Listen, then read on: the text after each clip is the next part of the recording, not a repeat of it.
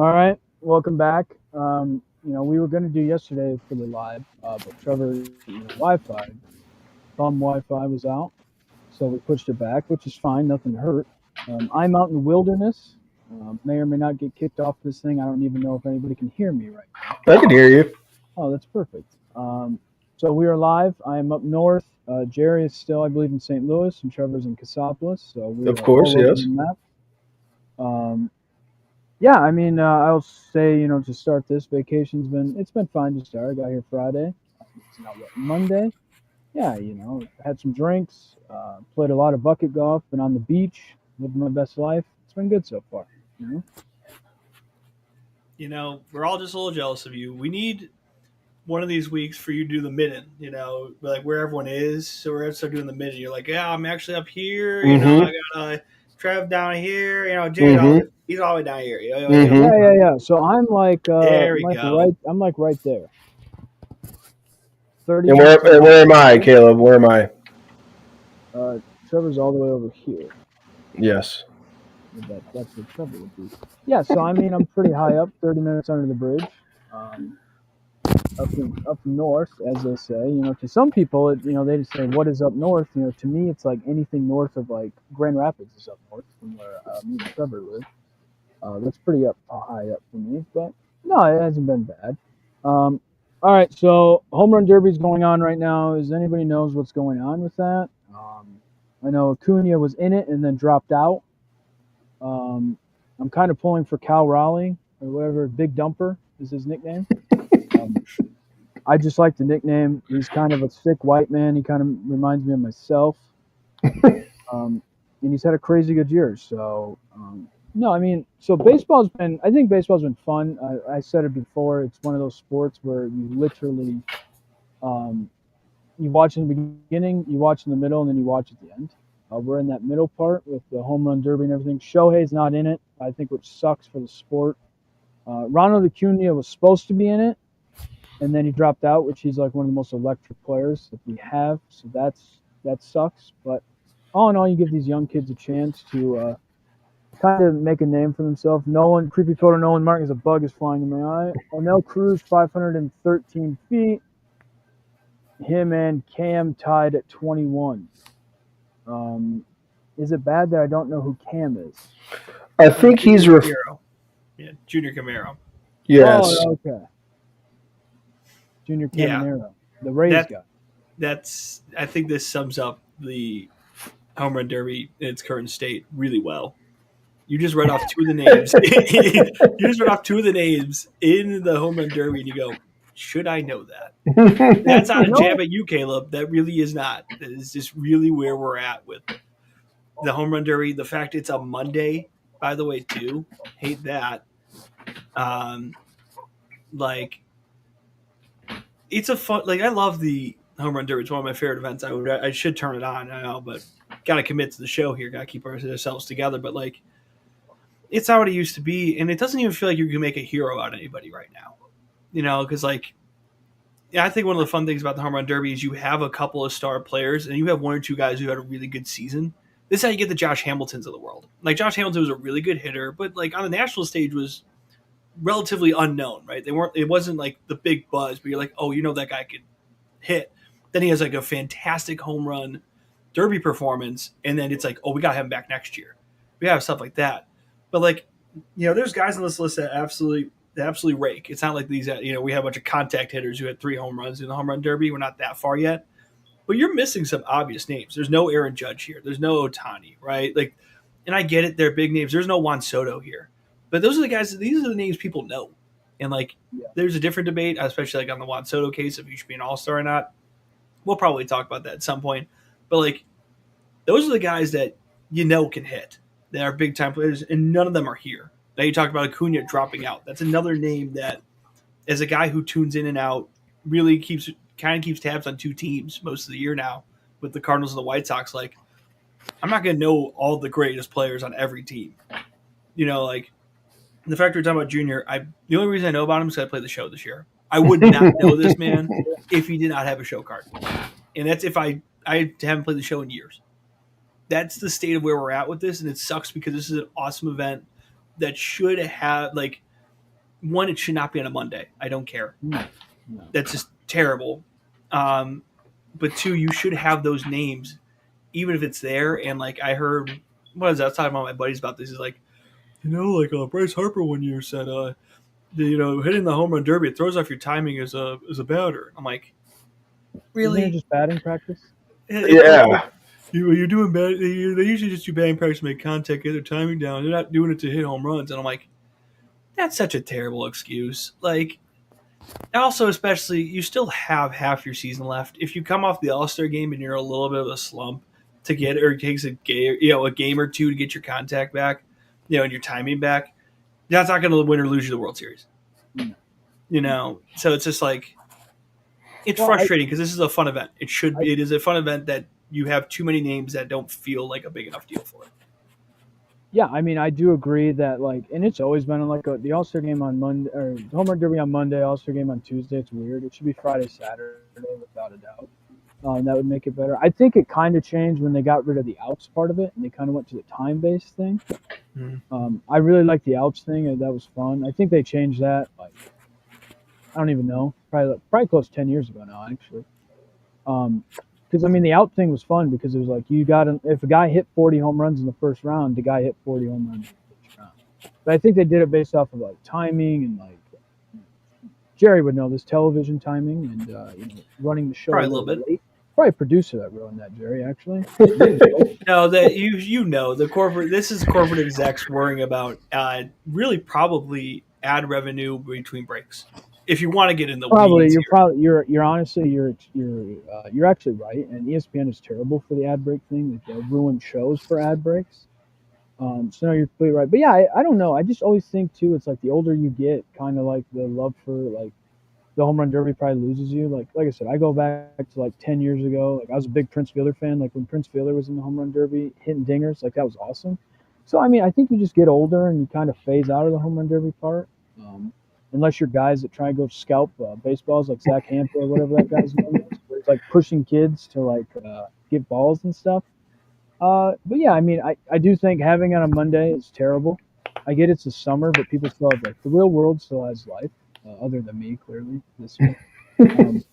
But no, I do agree. I mean, I think part of the issue with the home run derby is that if you look at the home run leaders in the MLB, 4 of the top 5 home run hitters are not in the home run derby, and that's a problem. And I kind of think of it in the same vein as like the dunk contest, where the dunk contest used to be you had to watch the dunk contest, but now it's like, was LeBron James ever even in a dunk contest? I don't think so, right? So, and there were points in his career where he was probably the most exciting dunker or posterizer. Like I'm thinking specifically with like the Miami Heat, Dwayne Wade, where lobs were going all over the place. It's like when you remove the most exciting aspects of these contests, it becomes boring. Now, any MLB hitter could probably stand in there and hit a decent amount of home runs. That's just how the game is now.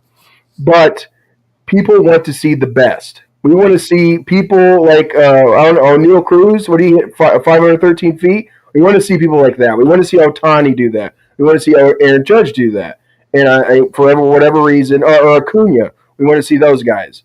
When you just have these dudes who are great batters, but they don't have the statistics to back up why they're in there over someone like Judge or Ohtani.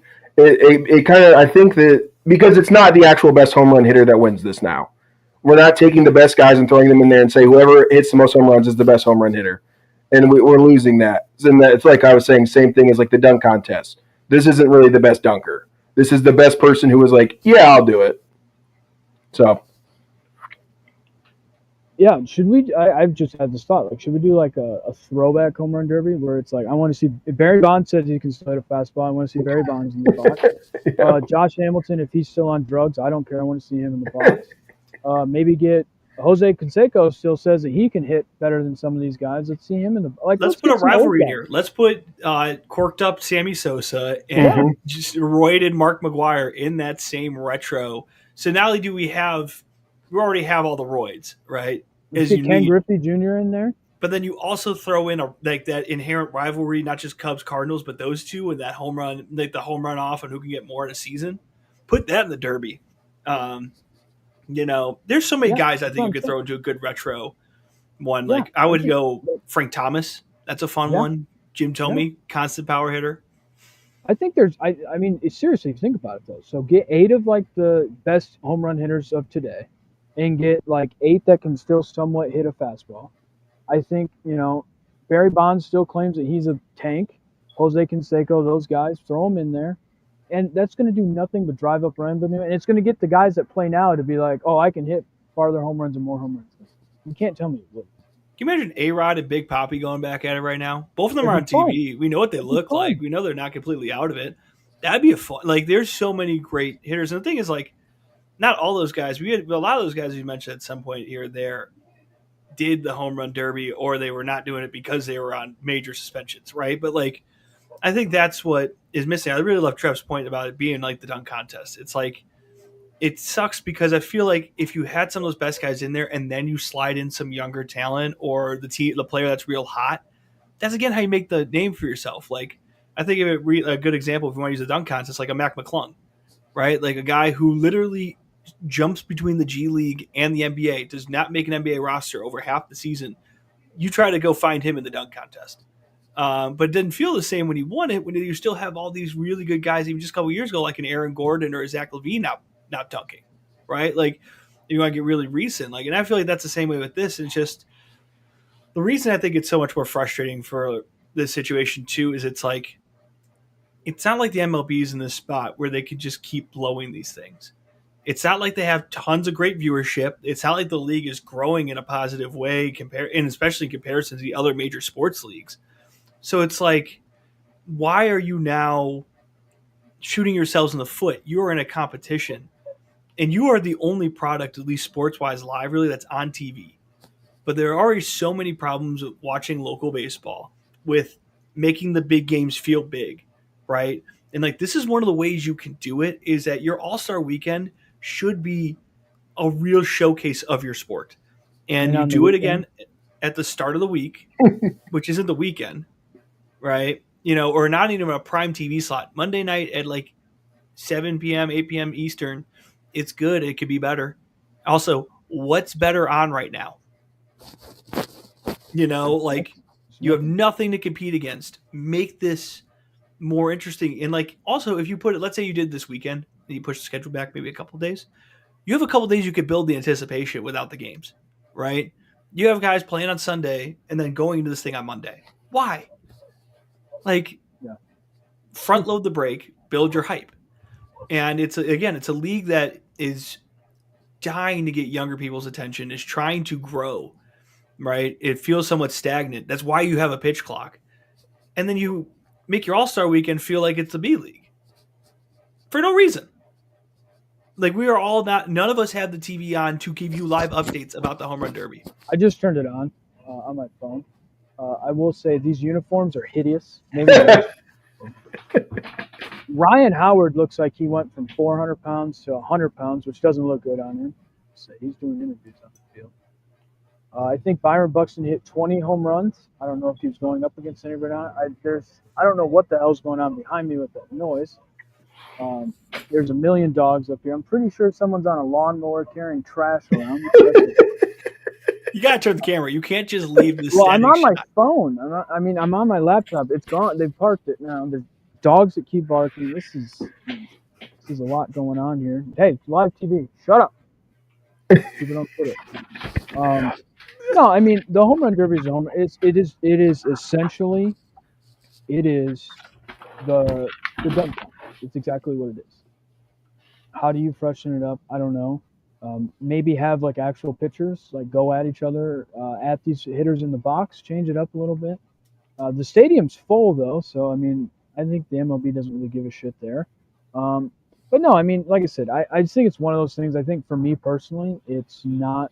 I've gotten a little bit older, and it's not the same as when I was a kid, which is for a lot of things in sports. Like to me, basketball was great when like LeBron was in Miami, and baseball was great, when Miguel Cabrera was the best hitter in baseball. Like that's just personally in my mind. I always go back to that. And it's probably like me being 12 years old. But I mean, it's tough. So now we can transition from the home run Well, derby, the real All-Star. quick, Yeah, I kind of, the way you fix it is that there has to be a real incentive to participating in this. You yeah, cannot afford to have Otani and Aaron Judge sitting out of this that is true. because, like Yeah, Jerry mentioned, this sport is dying to get people to watch. You can go around the world, and if you ask them to name three MLB players, they're going to say Otani, they're going to say Aaron Judge. Okay, and then whoever the third one is. But you have to get those guys into the home run derby, especially guys that are leading the MLB in home runs. I think it blows my mind, and we'll move on after this, but it really does blow my mind that 4 out of the 5 top home run hitters in the MLB are not even in this. yeah. No, I mean that is ridiculous.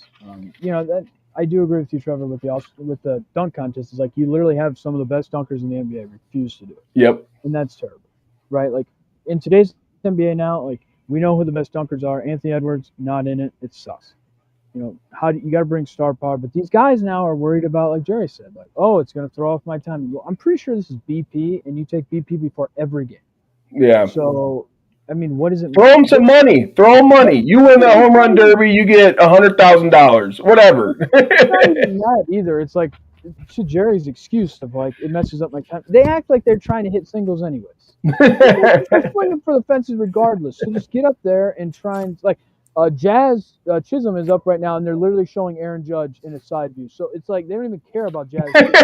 He's literally batting right now. I swear to God.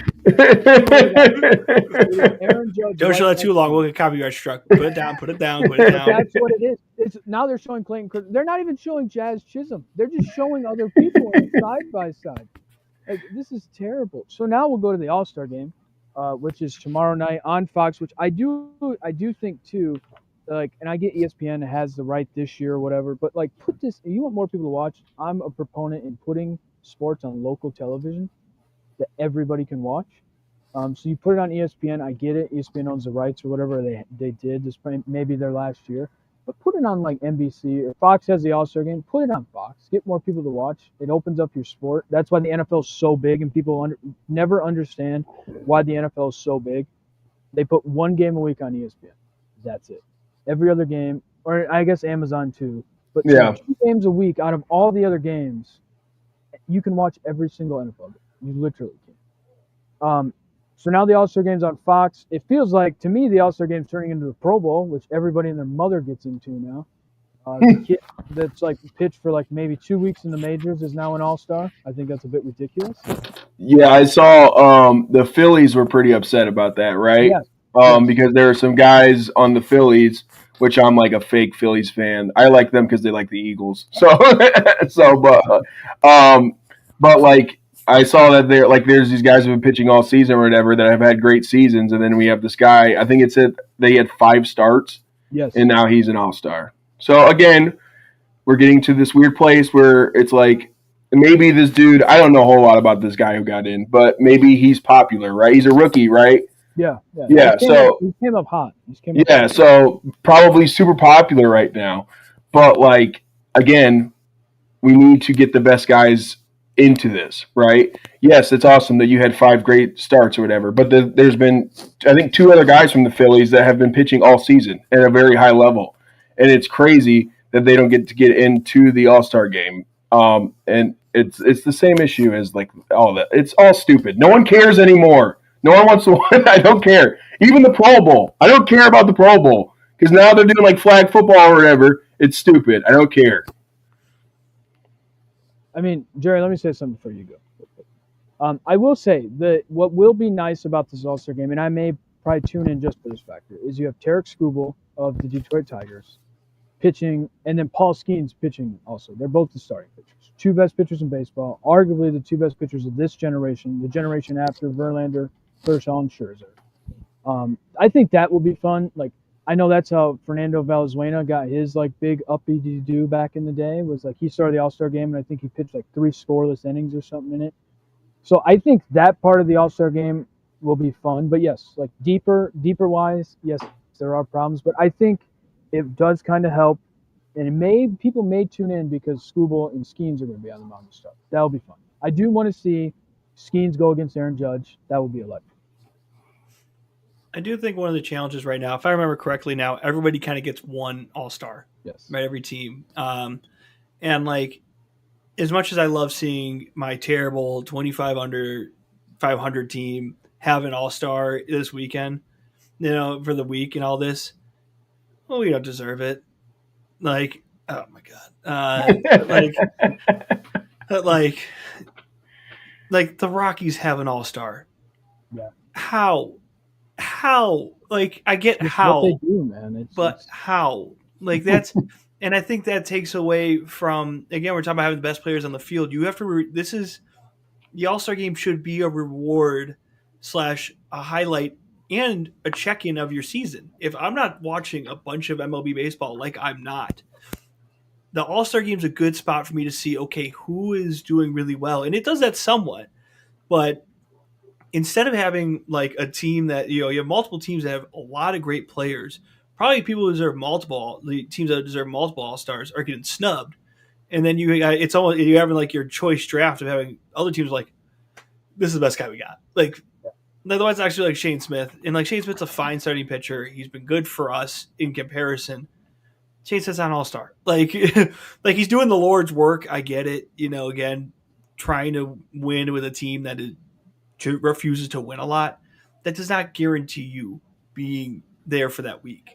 And like, then I lose that check-in. Like, there are guys, and it tells me what teams are also doing really well. Yeah. And if I remember, did the MLB get rid of home winner takes home field advantage, right? Like they might have. I know that was like Dan Patrick talked about. That was the incentive when the All-Star game started slipping about 25, 30 years ago, was they did that to make more people watch the All-Star game and more players buy into it. But I don't even think they care. I don't even think players care about that. And it's like, I just don't like the fact that every team gets one, because especially the MLB more and more every year becomes this league that is divided by the salary cap. So unless you're so good at building up your farm system, which has become a less and less viable option for more teams, you have to spend. So maybe the league doesn't want to admit that, but everything else points to that. I look at the Mets again, who have the most expensive player in baseball. 10 years ago and later they purposely tried to defer the payment of Bobby Bonilla. Now we talk about it. Like, that's the same organization, but they changed their they changed dramatically, not because they built up the farm system and got all this. No, they got a billionaire owner or a multi-billionaire owner. Like, that's what this game is. You don't have a salary cap. You either embrace it or you put one in, right? But the All-Star game is trying to act like it's in a world where everyone's playing on the same playing field. They're not, and that's okay. Like, that is what it is.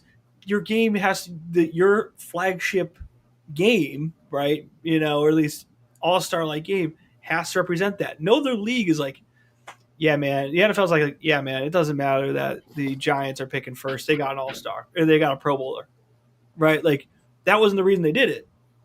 So why are we now doing that? And it takes away value. And also for guys, it loses the money. You have players' contracts who are tied to incentives like making an All-Star game, having this. You're telling me you get screwed over because you're having an All-Star caliber season, but the right fielder from the Braves, or pick a team, I don't want to act like I know who's getting snubbed or not, they need to have their one All-Star, he's their best player, now you're screwed. That sucks. It doesn't make me want to watch even with two of the best pitchers in the game, because after that I'm going like, oh yeah, great. Now I get to go see the Rockies catcher. like what? Yeah. Yeah. I mean, I don't even know how many people even make the All-Star team, to be honest with you. Because, I mean, not everybody plays, clearly, like pitching-wise. But, yeah, I don't even know how many people play. I know you brought up the Mets. Like, Juan Soto didn't even make the All-Star team. And he's had a pretty decent year, and he was more mad that he didn't make the All-Star team because he didn't get the $60,000 that you get to play in it. Well, and that's like, I also think, too, it's like, all right, if I'm a Detroit Tiger that's had an amazing season, well, Screwball's getting in, right? So then you kind of like, well, then there's no shot I get in. And like, kind of like to Jerry's point, because some random left fielder from the Rockies is going to get in when, like, I should, but yeah, I don't like I kind of forgot about that. I don't like the one person from each team thing. I think like what Jerry said also, it shows you who is performing at a really high level. And it could be three guys from the same team. Well, they're the three best players from our side of the league. So put them out there. Yeah. Yeah, I know the Tigers had 6 guys make it. I think, which they're the best team in baseball, so 6 is warranted. I think I want to say their 6th guy was added from like something else, from like an injury or something. The guy couldn't play or whatever. Um, but yeah, I mean, it is tough. I also feel like the one person a team was a little different when maybe talent was more spread out in the MLB. Now talent's not as spread out like it was, back in the day where, you had a guy like, even if the Brewers were bad back in the day, they had Robin Yount, who was a great player, Hall of Fame, you know what I mean? So that kind of thing. So yeah, I think now when you have the dimension of like the best players playing maybe 10 teams in the MLB now, it is tough to be like, yeah, because I mean, you get to the Rockies, it's like, okay, you guys all pretty much are terrible. If you weren't terrible, somebody would be trying to get you out of the Colorado. So it's like, oh, we'll just pick this guy. It's like great for that guy, but is he an all-star? No. But then it also goes back to, does the all-star game even matter? I don't know. It's just, yeah, it is weird. The MLB is one of those sports where it's like, I feel like they take 15 steps forward and then 1,000 steps back with this old thinking of like, well, we've done it like this forever. And the one person a team has been something they've done for like 50 years. So I don't know. I mean, in a way it does help because you do get a person from every team guaranteed. So you get buy-in from all the fans. But I guarantee there's fans of the Rockies that don't care that their guy made the All-Star team. I think that's your point, Caleb. Like, you don't. Yeah, in theory, you get buy-in from more fans, but like I can tell you as a White Sox fan, I'm not going to be like, oh yeah, I want to go see Shane Smith in the All-Star game. Now I'm going to tune in. Like that was the turning point. Like it's like I just get frustrated with the MLB because you have a sport where you have stars, you have interesting storylines, and it feels like at times they just bury themselves within it, right? Like you can make this a bigger deal literally by, again, being on a weekend, by having some of your better players. Maybe you don't have a guy from some of these lower teams that are trying to rebuild in the draft. Like if your team is highly concerned about the draft that happened yesterday, you shouldn't have an all-star most likely. Like your team is most likely not having an all-star if the thing you've been focusing on going into all-star break was the draft. And so it's like, it's something as simple as just like, let the best guys go out there. And if you're so worried about representation, then you have to address the different root issues of why teams are so like in such this different spot of the sport.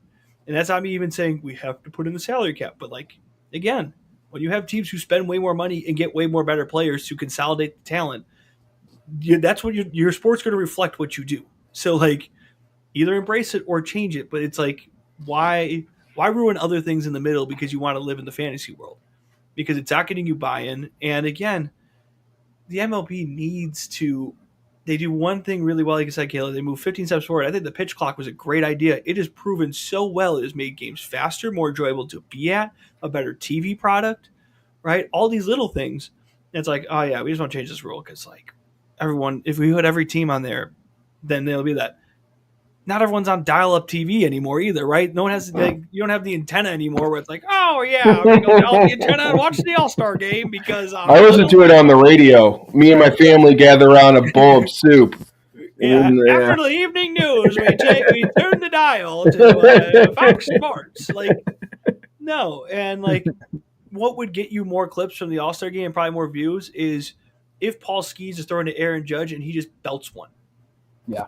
Not when in the 7th inning when no one else wants to do it, and you have again like the Rockies catcher, I think it was Hunter Goodman or whoever, getting a pitch from Shane Smith. Like that's not going to get you your viewership. I tell you this right now. Nobody knows who the hell Shane Smith is. Exactly, and that's fine. I might know him, but you're proving my point. Like, yeah, I mean, I couldn't tell you Shane Smith is as a guy that watches baseball. and plays MLB The Show, Jerry. I couldn't tell you who that. Now He I know. doesn't- Hey, He I've got doesn't have a his good All-Star card, card. Jerry. He doesn't have a good card. I've got his All-Star card because I did the White Sox. What is it? I- By Journey. I've got I all the way bet to the voucher. I bet he has. So, all right, Nolan Mark brings up. So, speaking of the Rockies, what a pick, Caleb. What do you think of those two first picks this day? So, yeah. So the MLB draft was last night. I don't know much about it. I'm not going to sit here and act like I do.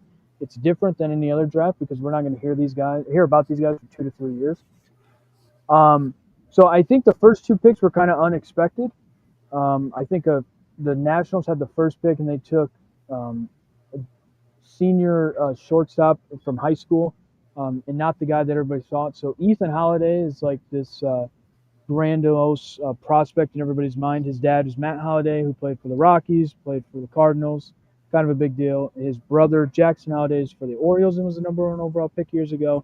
So Ethan actually got drafted 4th overall to the Rockies, which is kind of cool. That's where his dad got drafted. And his dad, I want to say, took them to the World Series back in the day. So that's kind of cool for him. But other than that, I'm not going to sit here and tell you as I'm getting killed by bugs at this point out in the middle of the I noticed that it's getting kind of dark. It is. So the sun has gone down. It was a beautiful sunset over the ridge, over the mountain ways here. I'm at my uncle's camper because he has Wi-Fi, and if anybody knows my uncle, he lights everything up like the 4th of July. So I'm pretty well lit as of right now. Yeah, you look good. Yeah. It may be my best picture I've ever had on this. The other comment I'll bring up here is no one brought up throw Livy Dunn on the screen, screw Paul. So how many times do you think Livy Dunn's going to be shown on the screen tomorrow? Should we do an over/under? Yeah, let's do an over/under. What do you think? 3.5, You 4.5. I was saying 4.5. That's kind of where I was at. Four and a half? 4.5 because you're going to get some pregame. Oh, okay. Yeah. So what are we counting? Are we counting pregame, game, Yeah, everything. postgame? Or are we counting just game? Because it's All right, that's like the Taylor Swift mentions. Like, oh yeah, Taylor Swift might get a bump from CBS crews beforehand, but if you're doing the gambling line, is it when the announcers? I think the game starts. The game starts from that point on. No one's going with the over. No one's hammering the over. My God, all day. He wants the over. Nolan is a big fan of Livy Dunn. Who isn't? I mean, so technically, are we going from first pitch? I would say yeah. Yes. Or are we going from like announcements when like he's in the bullpen warming up potentially, and then they go Paul Skeens and they go, of course, and his girlfriend is Livy Dunn. I think we have to start when the announcers bring us in, right? So there's the pregame show, obviously, they usually toss to that break. But whatever that, you get that beautiful first shot of the ballpark, and it's like, this is the MLB All-Star game as Nolan Mark's already got a chubby. They get some nice call out, then they start doing all the beauty shots. You have to start from that moment. I think that's fair because if in your little TV program, it's usually like MLB pregame, MLB the All-Star game, then MLB postgame.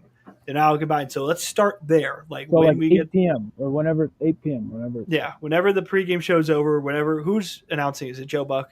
Do you have Joe Buck? No, Joe Buck works for ESPN, Jerry.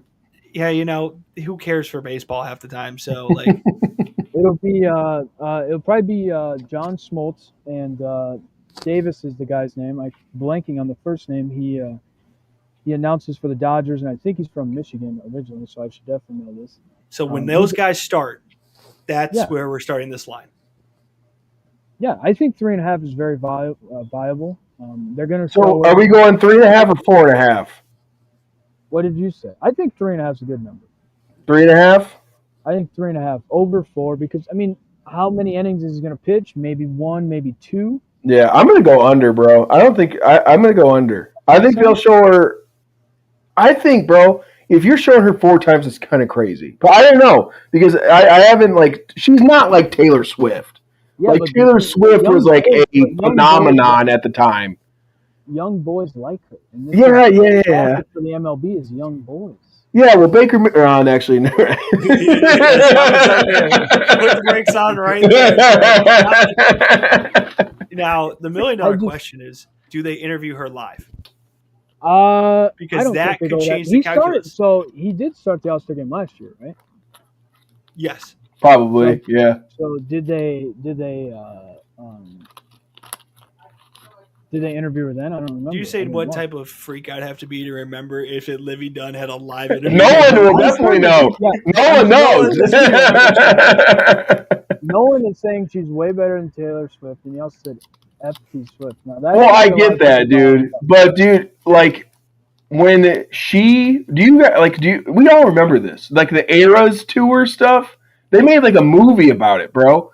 Like she was like the entire world knew who Taylor Swift is. Now, Livy Dunn is a very attractive woman, but I don't think she has the cultural impact that Taylor Swift had. I would be, dude. I'm gonna go under 3.5. I don't know. I haven't tuned into a lot of Paul Skeen games. I don't know how often they do it. I'm sure baseball gets boring, so they're like, "Oh, here's Livy Dunn," but like, I'm going under 3.5. I mean, I feel like 3.5 is a lot. I feel like it's a good line. Will they go over it? I'm gonna go Trevor. I'm gonna go under.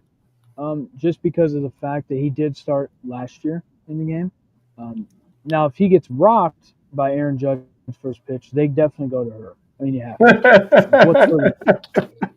I mean, does she leave him right there on the field? Does she walk?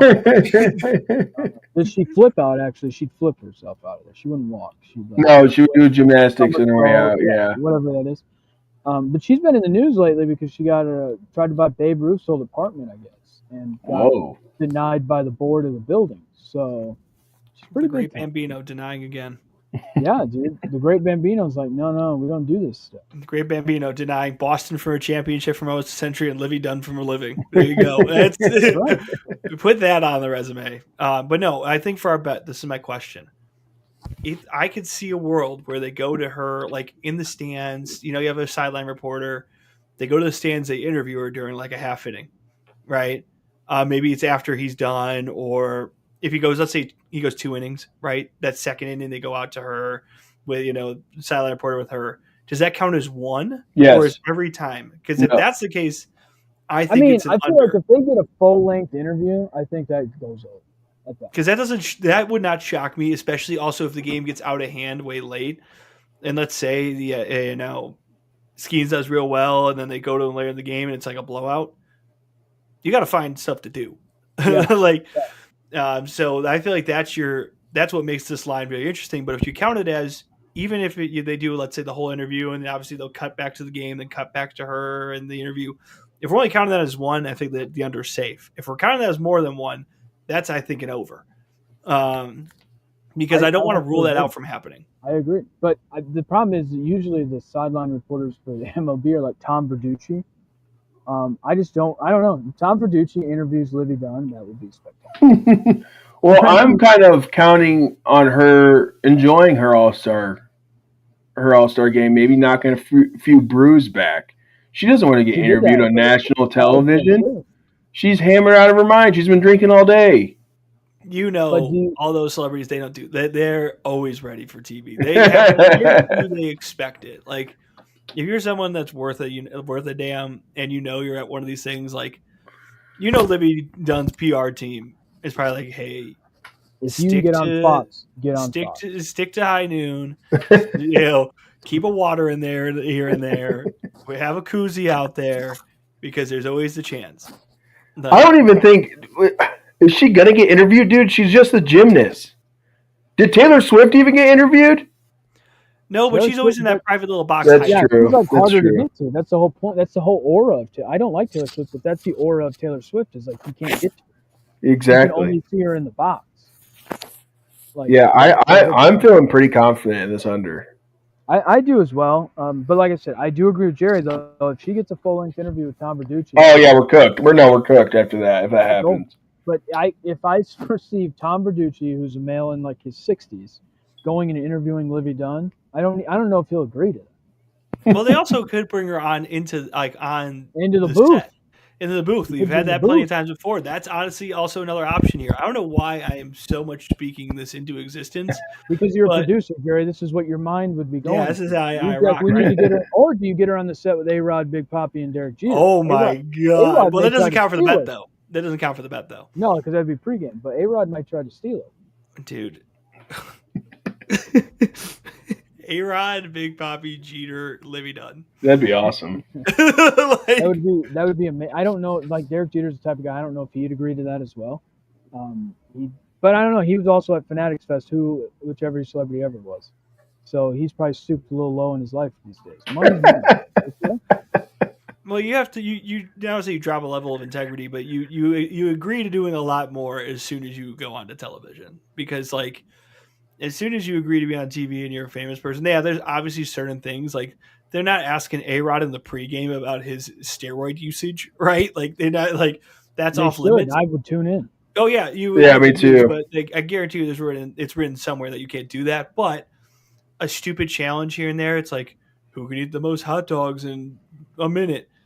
They get put up to that. They make Charles Barkley do stupid things, and Charles Barkley's like one of those staunch guys. Like I ain't doing that. Like, and so I could see them doing an interview with her, like either pregame, postgame, or in the booth, because it's like also for them, it could just feel like it's just kind of like I don't say like a gimmick, but it's like interesting. It's weird, right?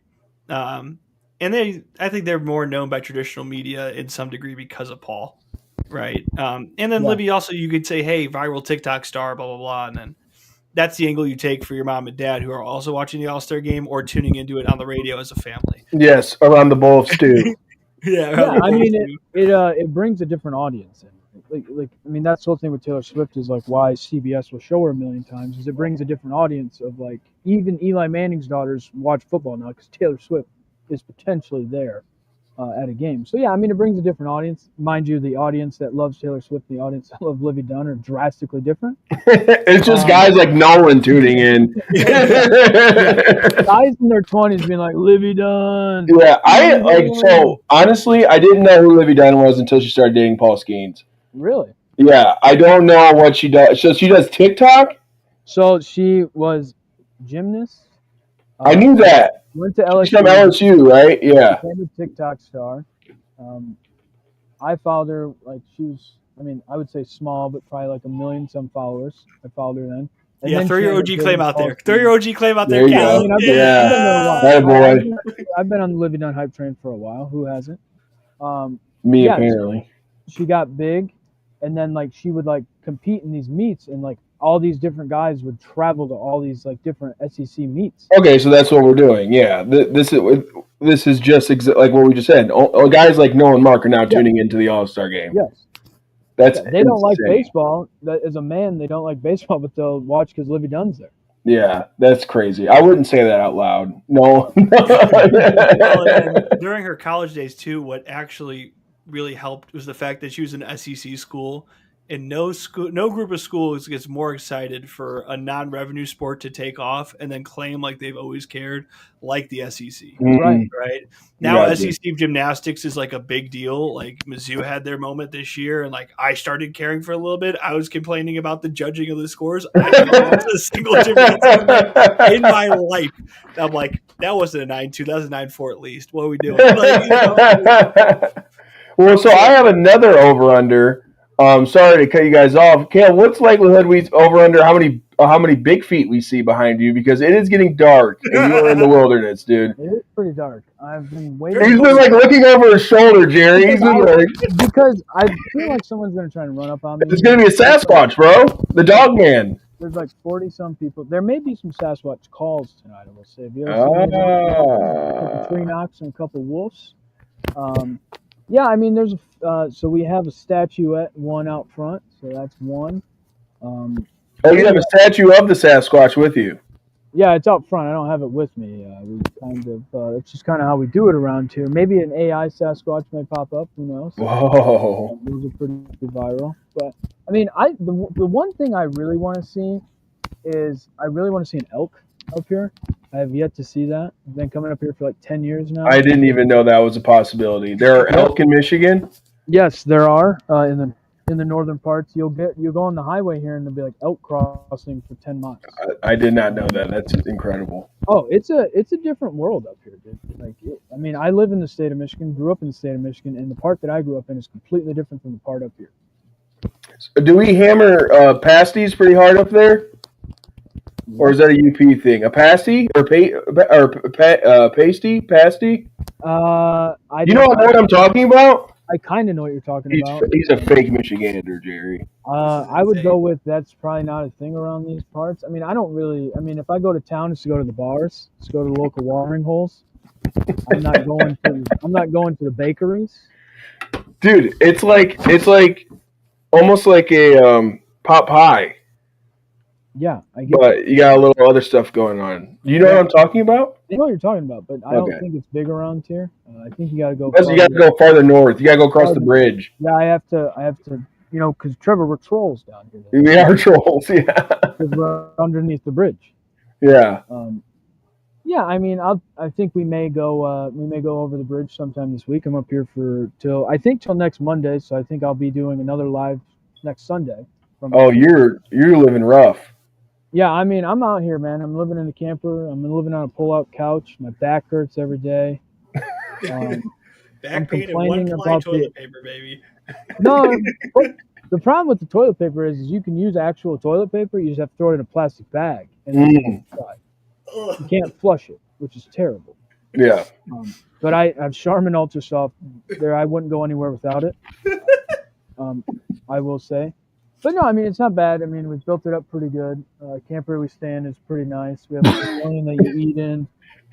Life's great up here, dude. I honestly wanted to see how long we could get this podcast to go because I wanted to see it get to like the darkness it is right now. You are just in the dark right now. I mean, I'm not actually. So if you were to, even if I flipped the camera, you wouldn't be able to see it. It is still light up. Okay. The sun is down, but it's still like dude. Part, like. We got darkness over here in Casablanca, Michigan. Remember, I'm closer to everything. I'm up high. Does that even know how that works? I feel like an idiot now. Yeah, this is just like bad science. Trying to determine where the sun sets by. He's closer to the sun. That is really not how the elevation, I think. I don't know. My mind is like everywhere at this point. Yeah, because I think there is something behind you. There could be. There's a tree behind me. Dude, the Daylight episode me and Trevor are about to be interviewed for take it by Sasquatch. Yeah, I'm gonna end up just like Teresa Lockhart. Okay. No. R.I.P. to Teresa. We're getting canceled, dude. R.I.P. We finally got something going. And then we canceled because Caleb's in the woods worried about getting killed by Sasquatch. And so his first parting gift, he kills the podcast by getting canceled. I think it only gets the people talking. We now dump into a different I can't even say it. My brain is demographic. We have the Bitcoin Bros, and now we have the Dateline Fiends. Which is great. What is the nickname for those, Jerry? You got to know. You're in television. What's the nickname for the Dateline people? Dateline dudes. The Dateline. That's right. The DDs, the Dateline dudes. The Lineys? Is it the Lineys? Why would it be that? What is line? Oh, I got you because the Dateline. Yeah. Ladies. You got to add the ladies into it. No, that's not our demographic. No, there's not a single woman watching this. Well, I mean, I think there's one person watching this, and he's definitely a boy. No, our demographic's the same demographic as Livy Dunn's. Yes, it's the exact same. Actually. That's how we spent 20 minutes talking about the over/under of Livy Dunn. That's what people actually want to see. See, I mean, like Screaming A and them can debate on like who should be an All-Star. We're debating how many times we're going to see Livy Dunn. Yeah, that's what the people want. That is what they want. They're debating. We have a certain amount of people want. We have our hands on the pulse. Paul Skeens' career, and we're like, no. How many times are we going to see Livy Dunn? Yes. I want to see him. I want to see Aaron Judge hit one 450. Just so they can go to her and be like, that would be awesome if while she was getting interviewed, Paul Skeens just got a tank ripped off him. It's the Rockies guy, too. Yeah. Yeah, the guy that wasn't supposed to be the All-Star perfect. Gets his start, and it's just that'd be fun. They might not even interview her because of that possibility. No, you have to. That's golden television. That gets clicks on. Oh, dude, I would watch that multiple times. She's just like, no, God, no. Oh Oh, Paul, that is just terrible, Paul. Paul, I started thinking about Paul Feinbaum when they're going, "Oh, Paul, oh, Paul, I got a story for you." I will tell you what though, if you want to see like the biggest difference in personalities of all time is like Paul Skeens and her did like a GQ shoot, and they did interviews. You have to watch those interviews because he is the blandest person I've ever heard in my life.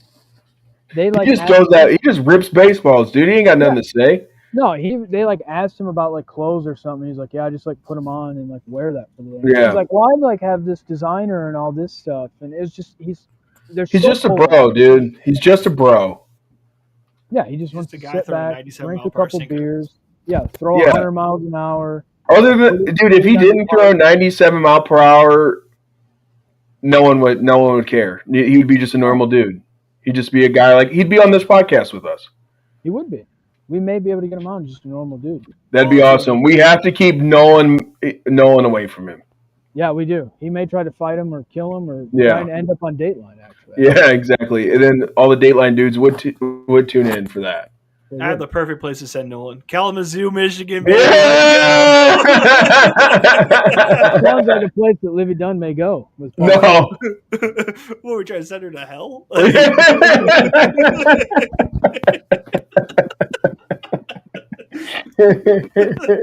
I will say, so I'm slowly starting to clip parts of the show and put them out. I'm going to. I have to edit a couple of them. And one of them is Jerry shitting on it. That is going to be one of the ones I put out. Is Jerry hate that? Yeah. That should be fine. We would get no hate from Kalamazooers at all. Pictures of Kalamazoo and put there you go. Oh my god, I can never visit that town now. If that clip goes out, oh my god. Waiting for her, she won't know what to think of these streets. Oh man. You have to give her the right directions. The way you type sometimes. Yeah, take a left, go towards Grand Rapids. All right, there you go. Yeah, there you go. Now you're gonna have a great time. I did roll through Kalamazoo Friday. Not much was popping off, I will say. Not much. I get to Grand Rapids, booming. It's a booming city. A city on the rise, some would say. Yeah, a lot of people like Grand Rapids. It's a good place. Good place. Take your Bronco there. Jerry's hate for Kalamazoo. And Jerry, I will also say, one reason why the SEC goes crazy about non-revenue sports is it just means more. That's true. It just means more, Jerry. It does. It is so funny to watch that happen. I will let you close this out real quick. It is so funny how much teams, like fan bases, will start caring in the SEC about a sport just because their team is somewhat good. It is amazing. It is legitimately one of my favorite things about being a Missouri fan. Like Missouri softball having a good year here and there. You're going to catch me yelling at the umpire from St. Louis. You know, like I'm going to be driving down I-70 if they do something too much. Like, yeah. Oh, no. 269, Jerry got to live it to be about it. Huh. Jerry doesn't know. Jerry lived in the 574 when he was in the area. That's where he lived. Yeah, how crazy it is. I lived in 574, and I'm like, yeah, Kalamazoo, what are we doing? That says a lot about Kalamazoo. Someone an hour away. Does not Someone that it. lived in Mishawaka, Indiana. It says a lot about Kalamazoo. But yeah, I mean, so I think next Sunday I will also be here in the woods in the middle of nowhere, which is great. I mean, I love it up here. There's nobody. You go to the town and people may have teeth, they may not. I look like a billionaire. I look like a billionaire. People. So yeah, we're also getting close to football season, so we'll slowly start talking about that. Woo! We're less than 50 days away from college football, which is big.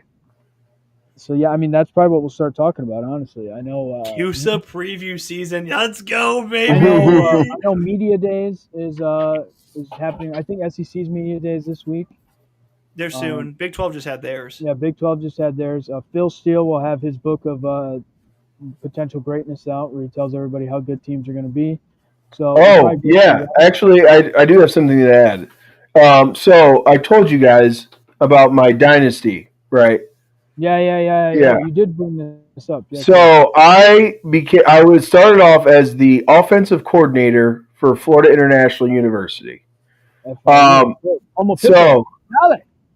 so we had a pretty good season, okay, and I kind of wanted to be like, I'm going to live the life of this coordinator, not so much the team, but try to get up to being a head coach somewhere. So I finished the season. We won our conference. We won. I don't know what the bowl game was, but we beat Utah State in the bowl game. So great season. I get an offer for a head coach position. I get 2 offers. One is to be a head coach.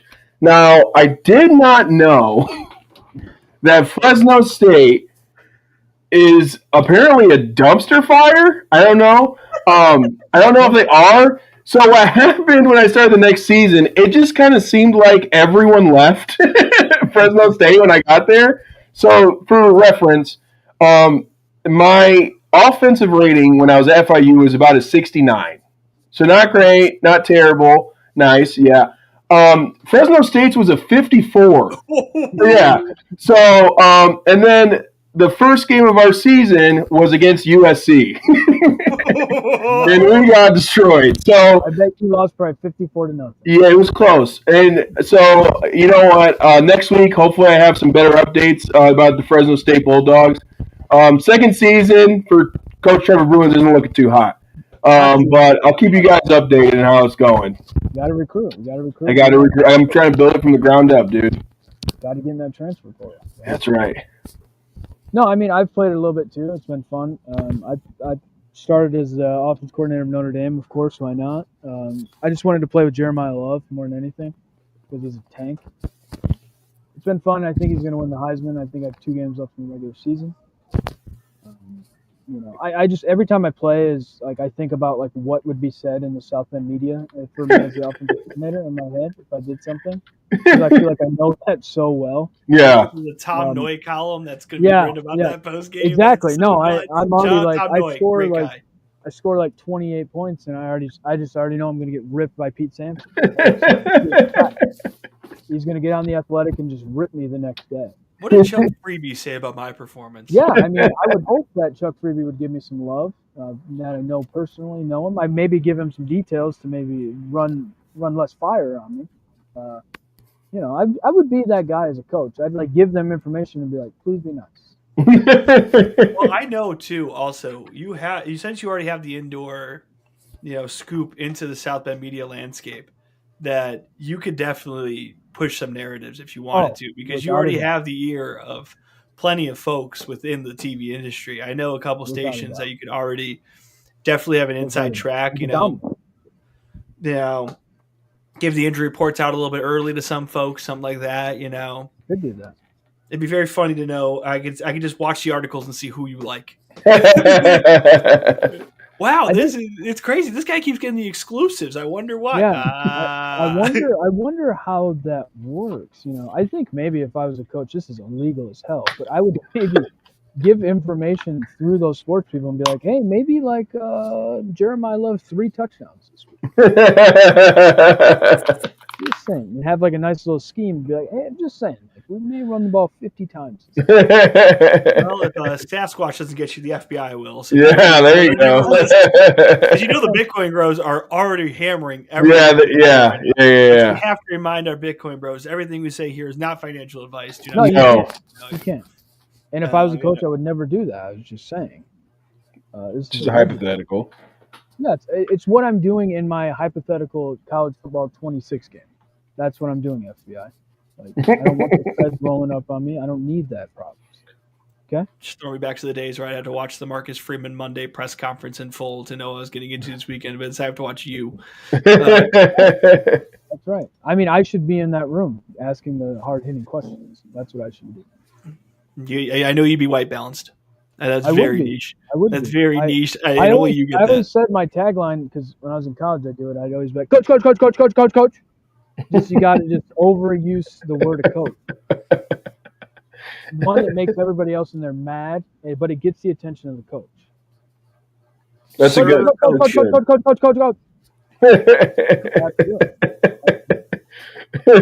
He asked like 4 questions in a row, and it's like a silent room, like no one else. He's just like, go, coach. Coach. 3-part question. Oh, no. An 8-part question. Like those are the worst. That is, and it happens. Jerry knows it's an actual thing that happens. Well, that's just 3 questions. That's exactly I have a 3-part. They're all connected. I swear to God, 3 parts. Or the one question, but by the time you get there, you've already written the story you're asking the question about. You're just asking it to get the sound, like to get the final quote you need. Yeah. Like you have these people who will come in, and this is not Notre Dame specific. This is just general media practice. I'm not taking aim at a single person. I want to be very clear. But like some of the questions you'll get every once in a while, it's just like this, somebody just droning on like Coach Narduzzi, because I don't know the Pitt media landscape. Eli Holston, he's just been really good for you this year. He's thrown 4 touchdowns. He has 68% completion percentage. He has 320 yards in this first game against UNLV. Now in this second game against Fresno State and the Bulldogs, Jake Haener one time had 410 yards in his game against Pitt 10 years ago. How can Eli do this? What can Eli do to be better than Jake Haener was? It's like you write the whole column story, and then you're just like inserting the question. Yeah. Like instead of that, in that question is what your quote's going to be. Yeah. I don't want to do the Trump hands while we're here. Yeah. It's like, we're writing the story. We're writing it. It'll be the best story ever. Let me write one question, just one question. It's the best question you've ever heard. I've never seen a better question. I stopped myself and I went, wow, what a great question this is. I might be the best question asker around. Your question was terrible compared to this one. This question, they told me to put a tariff on them, so I don't have to do many. I don't want questions from China. I just right here in the Pitt locker room. I'm telling you, dude, it always is the coach. Get it right, coach. Coach. It works. Yeah. I'd love to get in those interviews. I would ask the hard-hitting questions like nobody else would. That's what I would do. I'd get to the bottom line. And that's how you don't get invited back. I'd be like, Coach, when your backup quarterback ran to the locker room, what's going on there? During the middle of the game, what's going on there? Trot with the little, was he injured or something had to come out of his body? Who knows? Oh, what was his name? We'll end on this. Who was the offensive coordinator? Tommy Rees. I really wish somebody would have asked Tommy Rees what he was saying on the phone during the during the Marshall game. Even though everybody knew what it was. I needed somebody to, at that moment, because it was a quarterback there. Why am I blanking? That was Drew Pine. It was Drew Pine, Mizzou legend Drew Pine, who beat Oklahoma. That's one. That's actually some of the best questions. Is sometimes you just ask the simple thing you know the answer to, but if they say it, they either have to say it or that they're going to. Like, it's something where it's like, hey, Coach, there's a thing going on social media of you bumping around, you talking to Drew Pine after the interception. What did you tell him? And just see where that goes. I really wish someone would ask that question. That'd be awesome. That's where Caleb would have stepped in. I would have asked that question. Like, Coach. I don't really care what happened with the game plan and why you failed to lose the game. There was a viral moment that happened. Could you reiterate exactly what you said to your quarterback in that moment and what you felt during that moment? Boom. And knowing Tommy Rees, he may have answered it, actually. They don't allow him to do post game. That was a Marcus Freeman only. You get Freeman after the game, and that's it. That's when you get Tommy Rees on Tuesday. Yeah, I'm getting real deep in the media. Tuesday in like 6 months. It's bowl week, Jerry. That's the Tuesday. No, they get the coordinators. No, that's when you got like the wide receivers coach. You got them like once in the preseason, then the bowls game. You're like, oh yeah, here's our 5 minutes with the wide receivers coach for the whole year. Like, hopefully nothing happens in this room. Like, this is way too deep in the bag. Caleb, take us home, please. All right. You guys got to eat dinner.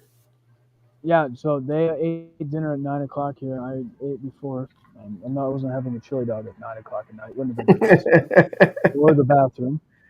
I will end it with Cal Rowling is on to the second round. He's currently hitting bombs. He's facing Onel Cruz. I also saw. Okay, so Byron Buxton and Junior Caminero went against each other. Byron Buxton hit 7 home runs. Junior Caminero hit 8 and moved on. This is the worst home run derby. You guys know that Byron Buxton show card in a couple weeks when they give him the one for the cycle. Yeah, Yeah. it's going to be crazy, but It's gonna be tough. it sucks in this game. So, no, I mean, we'll be back next week. I'll probably be in the woods again. Hopefully, Trevor's internet works. I think we should be good. Doesn't surf away like this time like it did last. Jerry will be there talking about the SEC like always because that's all those bros care about, the SEC. But, yeah, so we'll figure out what we're going to talk about next week. I have no idea. We may start diving into football. Maybe, who knows? We can Get the Houston tape cut in. Kennesaw State, here we come. Yeah. I mean, we can kind of talk about anything. I feel like we can riff very well. But as always, thanks for watching, and we will return next week.